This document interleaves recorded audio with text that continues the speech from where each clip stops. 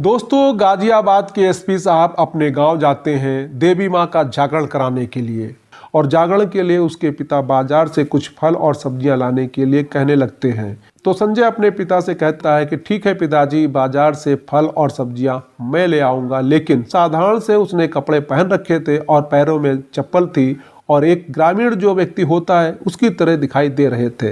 ऐसे ही घूमते हुए फल और सब्जियों के ठेले पर जाते हैं और वहां पर फल का मोल भाव करने लगते हैं।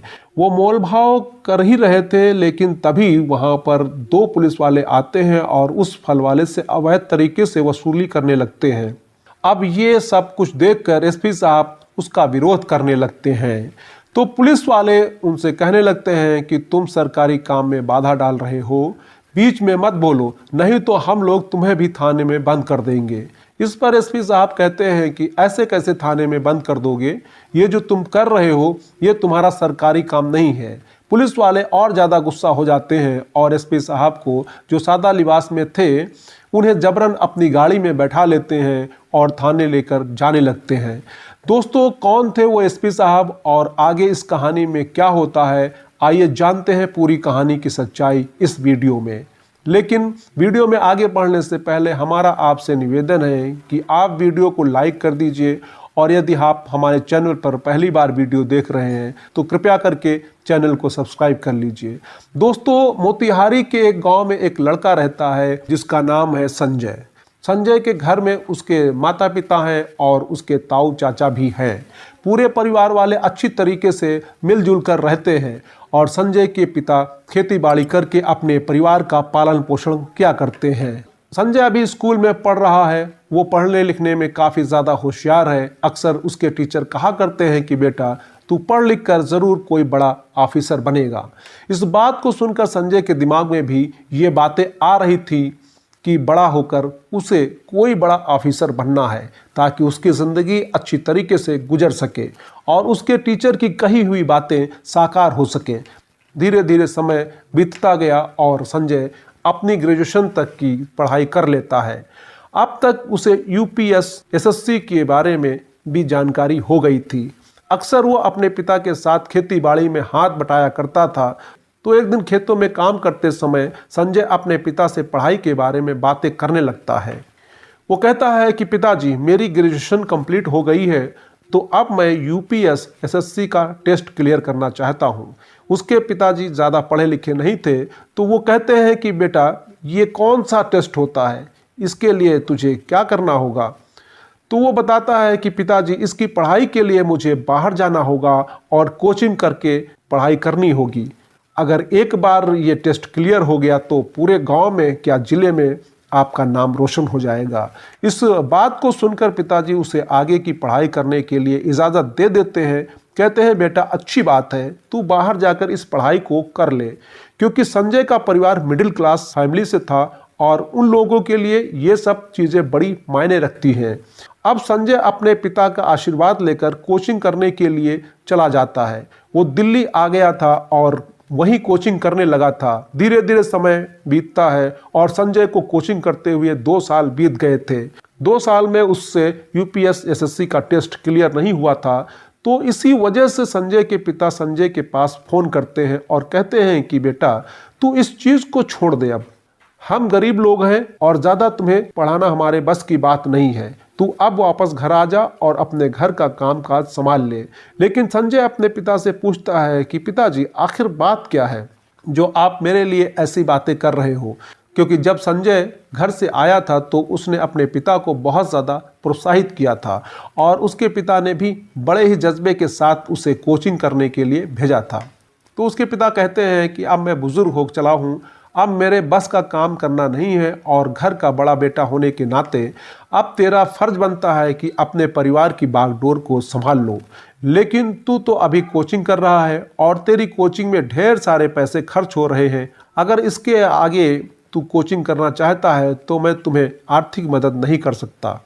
अब इस बात को सुनकर संजय थोड़ी देर तक सोच विचार करता है। उसके बाद अपने पिता से कहने लगता है कि पिताजी, अब मैं अपने लक्ष्य के बहुत ज़्यादा करीब हूँ, तो आप फिलहाल मुझे मत रोको, मुझे पढ़ने दो ताकि हमारे परिवार का नाम रोशन हो सके।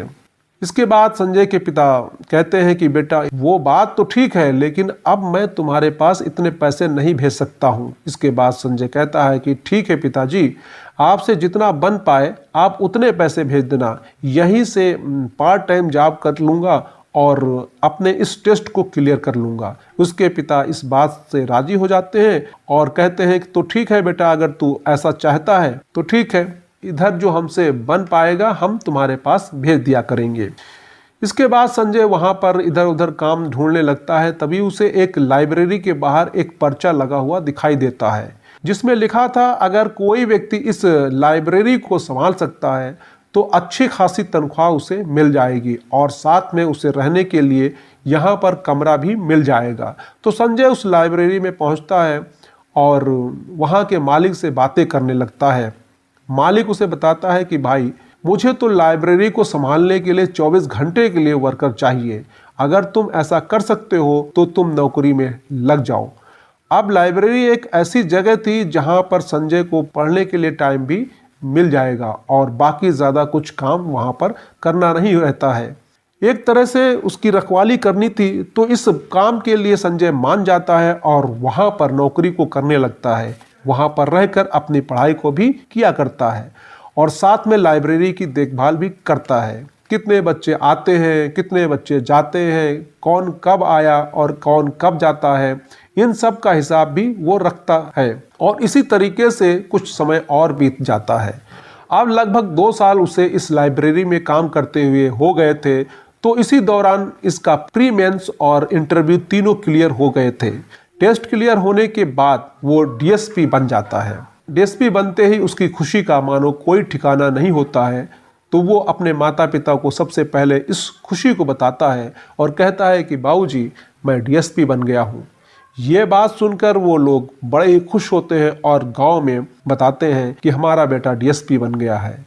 वो एक बड़ा अधिकारी है। गांव के लोग भी इस बात की खुशी मनाते हैं कि उनके गांव का एक लड़का डीएसपी बन गया है। इसके बाद संजय डीएसपी के पद पर गाजियाबाद में नौकरी करता है और वहां पर 2 साल लगातार काम करने के बाद उसका प्रमोशन हो जाता है और वो एक एसपी बन जाता है। तो एसपी बनने के बाद उसे सरकारी आवास मिल गया था, एक सरकारी गाड़ी मिल गई थी और साथ में एक गार्ड भी मिल गया था। तो इसके बाद संजय अपने माता पिता के पास फ़ोन करता है और उनको एक बार फिर से खुशखबरी देता है और कहता है कि मैं एसपी बन गया हूँ। अब आपको वहाँ पर नहीं रहना होगा, आप यहाँ पर मेरे साथ आकर रहोगे। संजय के माता पिता इस बात से बड़े खुश होते हैं कि हमारा बेटा एक बड़ा अधिकारी बन गया है और अब हमें अपने पास रहने के लिए बुला रहा है। इधर एसपी साहब के पिता अपने खास मित्र के पास जाते हैं जो कि टीचर थे और उन्हें इस खुशी को बताते हैं। इस बात को सुनकर संजय के पिता के दोस्त कहते हैं ये तो बड़ी अच्छी बात है कि तुम्हारा बेटा तुम्हें अपने साथ ले जा रहा है, लेकिन वहां पर जाकर अपने गांव को मत भूल जाना, कभी कभार यहाँ पर भी आ जाया करना। तो संजय के पिता उन्हें आश्वासन दिलाते हैं, कहते हैं कि नहीं ऐसा नहीं होगा, ये हमारा गाँव है, यहाँ हमारा जन्म हुआ है, तो हम इस जन्मभूमि को कैसे भूल सकते हैं। इसके बाद वो अपने घर जाते हैं। फिर एसपी साहब उनको लेने के लिए वहाँ पर आ गए थे और अपने माता पिता के साथ पूरे परिवार को अपने साथ लेकर गाजियाबाद चले जाते हैं और सरकारी आवास में सब लोग साथ में रहने लगते हैं। धीरे धीरे समय बीतता है और समय के साथ साथ संजय के माता पिता को आए हुए 7 महीने बीत गए थे। अब होली आती है तो होली संजय अपने माता पिता के साथ वहीं मनाता है, लेकिन संजय के पिता के दिमाग में वो बात चल रही थी जो उनके दोस्त ने उनसे कही थी कि अपने गांव को मत भूल जाना। यहाँ पर वो होली मना तो लेते हैं लेकिन अपने गांव की याद उन्हें बार बार आती है। इसके कुछ दिनों बाद माता रानी का जागरण कराने का समय आता है और इसी दौरान संजय के पिता का दोस्त उनके पास फ़ोन करता है। वो फ़ोन पर पहले तो हालचाल पूछते हैं, फिर कहते हैं कि अरे यार ये तो बता तू जागरण पर भी नहीं आएगा क्या? होली पर तो मैंने तेरी बहुत राह देखी थी, लेकिन तू होली पर भी नहीं आया। ऐसा मत कर देना कि जागरण में भी ना आ सके, जागरण में हम लोग एक साथ ही रहेंगे।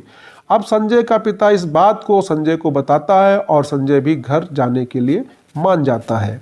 संजय अपने ऑफिस से छुट्टी लेता है और ट्रेन का रिजर्वेशन करवाकर अपने पूरे परिवार के साथ अपने गांव में पहुंच जाता है। वहाँ पर गांव के लोगों के साथ जागरण को मनाने की तैयारी करने लगते हैं और धीरे धीरे 2 दिन और बीत जाते हैं। अब अगले ही दिन जागरण था और जागरण के लिए उसके पिता बाजार से कुछ फल और सब्जियां लाने के लिए कहने लगते हैं। तो संजय अपने पिता से कहता है कि ठीक है पिताजी, बाजार से फल और सब्जियां मैं ले आऊँगा। लेकिन संजय के पिता कहते हैं कि अरे नहीं बेटा, तुम क्या करोगे, परिवार में और भी लोग हैं, वो चले जाएंगे, तुम वहाँ पर क्या करोगे जाकर, तुम यहीं पर आराम से रहो। लेकिन संजय अपने पिता से जिद करता है और अपने एक भतीजे को अपने साथ लेकर मार्केट चला जाता है। अब साधारण से उसने कपड़े पहन रखे थे और पैरों में चप्पल थी और एक ग्रामीण जो व्यक्ति होता है उसकी तरह दिखाई दे रहे थे। वहाँ पर जाने के बाद वो बाजार को देखते हैं और चारों तरफ देखने के बाद उनके चेहरे पर एक अजीब सी खुशी आ जाती है। ऐसे ही घूमते हुए फल और सब्जियों के ठेले पर जाते हैं और वहाँ पर फल का मोल भाव करने लगते हैं। वो मोल भाव कर ही रहे थे, लेकिन तभी वहाँ पर 2 पुलिस वाले आते हैं और उस फल वाले से अवैध तरीके से वसूली करने लगते हैं। अब वो फल वाला उनसे कहने लगता है कि साहब शाम को आना, अभी तो धंधा कम हुआ है, अभी मैं आपको पैसा नहीं दे सकता। ये मामला संजय भी देख लेता है और उसको समझने में ज़रा भी देर नहीं लगती है कि ये ठेले वाले से किस तरह से वसूली कर रहे हैं। इसके बाद वो पुलिस वाले फल वाले को धमकाने लगते हैं, कहते हैं कि तुमने यहाँ पर ठेला क्यों लगा रखा है, यहाँ पर लगाना गैर कानूनी है, तुम यहाँ पर ये ठेला नहीं लगा सकते। यानी कि उन्हें हफ्ता नहीं मिला था, तो इसी वजह से वो फल वाले को दुखी कर रहे थे और इस बात को देखकर संजय से रहा नहीं जाता है। उनसे कहने लगता है कि साहब आप कौन होते हो इन लोगों को यहाँ पर जगह दिलाने वाले, कि कौन कहाँ पर अपना ठेला लगाएगा, ये काम तो नगर महापालिका का है, आप ये सब कुछ नहीं कर सकते। अब इस बात को सुनकर पुलिस वाले पहले संजय की तरफ देखते हैं, उसके बाद उन्हें गुस्सा आ जाता है और वो सोचते हैं कि एक साधारण सा व्यक्ति हमसे इस तरह से बात क्यों कर सकता है। तो उससे कहने लगते हैं कि अरे चल चल अपना काम देख, यहाँ पर तेरा कोई काम नहीं है, अगर ज़्यादा बकवास की ना तो तुम्हें पुलिस थाने में बंद कर दूंगा। अब इसके बाद संजय कहता है कि साहब ऐसे कैसे बंद कर दोगे, मैंने आपसे कहा ही क्या है, मैंने तो आपको सही बात बताई है और कानून के दायरे में रहकर काम करना बता रहा हूँ, लेकिन आप उस बात को मान ही नहीं रहे हो। ये बात सुनकर पुलिस वाले और भी ज़्यादा नाराज़ हो जाते हैं और संजय से कहने लगते हैं कि लगता है तुझे कायदा कानून को ज़्यादा ही पता है, तुझे बढ़िया वाला कायदा कानून पढ़ाना पड़ेगा। अब इस बात को सुनकर जो संजय का भतीजा होता है वो एकदम से बोलने ही वाला था, लेकिन तभी संजय उसे हाथ से इशारा करता है और कहता है कि तू बीच में मत बोल, जो भी कुछ करना है मैं ही करूँगा। इसके बाद वो कहते हैं कि कायदे कानून की कौन सी बात है, ये तो नॉर्मल सी चीज़ें हैं। अगर किसी जगह पर कोई अवैध तरीके से कुछ कर रहा है तो उसके लिए नगर महापालिका होती है, आपका काम होता है लोगों को सुरक्षा देना, ना कि ये जो आप काम कर रहे हो।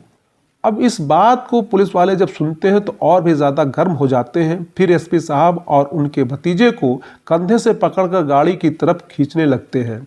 अब जैसे ही एसपी साहब देखते हैं कि वो उन्हें गाड़ी की तरफ खींच रहे हैं तो वो उन पुलिस वालों से कहने लगते हैं कि साहब मैंने क्या अपराध किया है जो आप मुझे गाड़ी में बैठा रहे हो। तो उसके बाद वो कहते हैं नहीं, तुम्हारी ज़ुबान कुछ ज़्यादा ही चल रही थी, तुम एक सरकारी काम को करने से हमें रोक रहे हो, तो इसी वजह से अब तुम्हें हवालात में रहना पड़ेगा और वहीं पर जाकर तुम्हें पूरा कानून कायदा सिखाएंगे। इसके बाद एसपी साहब अपने भतीजे के साथ उस गाड़ी में बैठ जाते हैं और पुलिस वाले उन्हें बैठाकर सीधा थाने ले जाते हैं। अब थाने ले जाने के बाद वहाँ उनसे दरोगा पूछता है कि हाँ भाई कौन है ये और किस वजह से तुम इनको यहाँ लाए हो। तो पुलिस वाला कहता है कि साहब ये वसूली करने के लिए रोक रहे थे, तो इसी वजह से हम लोग इन्हें यहाँ पर ले आए हैं। इसके बाद दरोगा साहब उनको अंदर बंद करने के लिए कह देते हैं। एसपी साहब और उनके भतीजे को लॉकअप के अंदर डाल दिया जाता है, बंद कर दिया जाता है। लेकिन लॉकअप के अंदर बंद करने से पहले जो पुलिस वाले थे उनकी तलाशी लेना भूल गए थे। तो एक कोने में जाकर एसपी साहब अपना फ़ोन निकालते हैं और पटना के डीएम साहब के पास फ़ोन मिला देते हैं। उनको पूरी कहानी के बारे में बताते हैं और कहते हैं कि फ़ौरन इस थाने में आ जाओ और आकर देखो कि तुम्हारे पुलिस वाले किस तरह का व्यवहार करते हैं आम जनता के साथ। इसके बाद पटना के डीएम साहब वहाँ के एसपी साहब के पास फ़ोन करते हैं और फ़ौरन से एसपी साहब को अपने पास बुलाते हैं और वहाँ से दोनों जन सीधे उस थाने में पहुँच जाते हैं। अब थाने में जैसे ही एक साथ डीएम साहब और एसपी साहब की गाड़ी आती है तो पुलिस वाले हैरान हो जाते हैं और फौरन से खड़े हो जाते हैं। अब एसपी साहब और डीएम साहब जैसे ही थाने के अंदर घुसे थे तो एसपी साहब दरोगा से पूछने लगते हैं कि किस तरीके से काम चल रहा है भाई। तो दरोगा साहब कहते हैं कि साहब अच्छी तरह से चल रहा है, कोई भी दिक्कत नहीं है। एसपी साहब कहते हैं कि देख लो त्योहार का टाइम है, कोई दिक्कत ना हो जाए। तो दरोगा साहब हंसते हुए कहते हैं कि साहब ऐसा नहीं हो सकता, हमारे होते हुए ऐसा कुछ भी नहीं होगा जो परेशानी का सामना आप लोगों को करना पड़े। इसके बाद एसपी साहब लॉकअप की तरफ इशारा करते हैं और कहते हैं कि आपने किसको बंद करके रखा है। तो दरोगा साहब कहते हैं कि साहब ये कानूनी काम को करने नहीं दे रहे थे, इसीलिए इनको हमने बंद कर दिया है। 2 दिन लॉकअप के अंदर रहेंगे तो इनका दिमाग सही हो जाएगा और इसके बाद ये कभी भी कानूनी कार्रवाई को करते हुए नहीं रुकेगा। अब इस बात को सुनकर जो संजय एसपी साहब थे वो लॉकअप के अंदर थे तो वहीं से मुस्कुराने लगते हैं और फिर एसपी साहब एक जोरदार चाटा अपने दरोगा को जड़ देते हैं। अब जैसे ही दरोगा साहब को चाटा लगा तो एकदम से वो हैरान हो जाते हैं और सोचने लगते हैं कि आखिर ये क्या हुआ। तो वो कहने लगते हैं कि साहब आपने मुझे चाटा क्यों मारा। तो उसके बाद डीएम साहब बोलते हैं कि तुम्हें पता भी है कि तुमने किसको अंदर किया है। ये गाजियाबाद के एसपी साहब हैं और इन्होंने मुझे अंदर से ही फ़ोन किया है। तुम लोगों की अवैध वसूली के किस्से अब गाजियाबाद तक भी जाएंगे और सभी लोगों को पता चलेगा कि यहाँ के जो पुलिस वाले हैं वो सभी लोगों के साथ किस तरह का व्यवहार किया करते हैं। इसके बाद वो फौरन से उन्हें बाहर निकालने के लिए कहते हैं। एक पुलिस वाला जाता है, लॉकअप को खोलता है और एसपी साहब को बाहर निकालता है। एसपी साहब लॉकअप से बाहर आ गए थे और जो वहाँ के डीएम साहब थे उनसे हाथ मिलाते हैं और उनसे कुछ बातें करने लगते हैं। बातों ही बातों में जो पटना के डीएम साहब हैं वो गाजियाबाद के एसपी साहब से कहते हैं कि ये बताइए अगर आपको ऐसी कोई परेशानी थी तो आप पहले भी फ़ोन कर सकते थे। तो वो कहते हैं कि नहीं ऐसी कोई बात नहीं है, मैं देखना चाहता था कि इस अवैध वसूली में कौन कौन लोग मिले हुए हैं। यहाँ पर आकर देखा तो आपका पूरा थाना इस अवैध वसूली में है। तो इस बात को सुनने के बाद पटना के डीएम साहब एसपी साहब की तरफ इशारा करते हैं और उनके एक ही इशारे पर पूरे थाने को सस्पेंड कर दिया जाता है। सस्पेंड की खबर सुनते ही सभी थाने के पुलिस वाले एकदम से उनसे माफ़ी मांगने लगते हैं और वहाँ का जो दरोगा था वो संजय से भी माफ़ी मांगने लगता है। कहता है कि साहब हमें माफ़ कर दीजिए, हमसे गलती हो गई, हमें नहीं पता था कि आप एसपी हो। तो उसके बाद डीएम साहब कहने लगते हैं कि तुम लोगों को यहाँ पर पब्लिक की सुरक्षा के लिए रखा गया है और तुम लोग अवैध वसूली करते हो, इसी वजह से हमारी पुलिस बदनाम है। तुम लोगों को सरकार तनख्वाह देती है कि लोगों की सुरक्षा करे, लेकिन तुम लोग अपनी जेब भरने के लिए ऐसा काम करते हो। तुम लोगों को नौकरी करने का कोई भी अधिकार नहीं है, तुम्हें शर्म आनी चाहिए। इसके बाद पटना के जो एसपी साहब होते हैं उन दोनों पुलिस वालों को लॉकअप में बंद कर देते हैं जो एसपी साहब को पकड़कर वहां पर लाए थे और अवैध वसूली करते हुए रंगे हाथों पकड़े गए थे।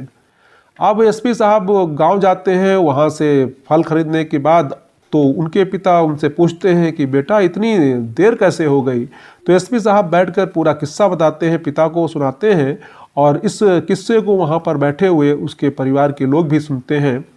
और इस बात को सुनने के बाद एसपी साहब के पिता को अपने बेटे पर गर्व महसूस होता है और वो कहते हैं कि बेटा अच्छा किया जो तुमने उन पुलिस वालों को पकड़वा दिया। यहाँ पर ऐसा अक्सर होता रहता है और इन सभी चीज़ों को इसी तरीके से रोका जा सकता है अगर सभी अधिकारी इधर ऐसा ही काम करने लगे। इसके बाद सभी परिवार वाले वहां पर जागरण करते हैं और खुशियों के साथ एसपी साहब अपने परिवार के साथ वापस से गाजियाबाद लौट आते हैं। ऑफिस जाकर अपना कार्यभार संभालने लगते हैं और इसी तरीके से अपने जीवन को व्यतीत करने लगते हैं। तो दोस्तों ये थी कहानी एक एसपी साहब की जो मार्केट सादा कपड़ों में जाते हैं लेकिन वहां पर उनको पुलिस पकड़ लेती है।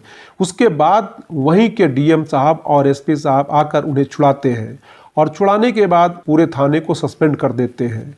आप क्या कहना चाहते हो संजय के बारे में? आप क्या कहना चाहते हो उनके पिताजी के बारे में? आप क्या कहना चाहते हो उन पुलिस वालों के बारे में जो फल और सब्जी वालों से अवैध वसूली कर रहे थे? अगर कहानी आपको पसंद आई हो तो वीडियो को लाइक कर दीजिए, अपने दोस्तों में शेयर कर दीजिए और हाँ, यदि आप हमारे चैनल पर पहली बार वीडियो देख रहे हैं तो कृपया करके चैनल को सब्सक्राइब कर लीजिए। आप सभी लोगों का बहुत बहुत धन्यवाद। जय हिंद।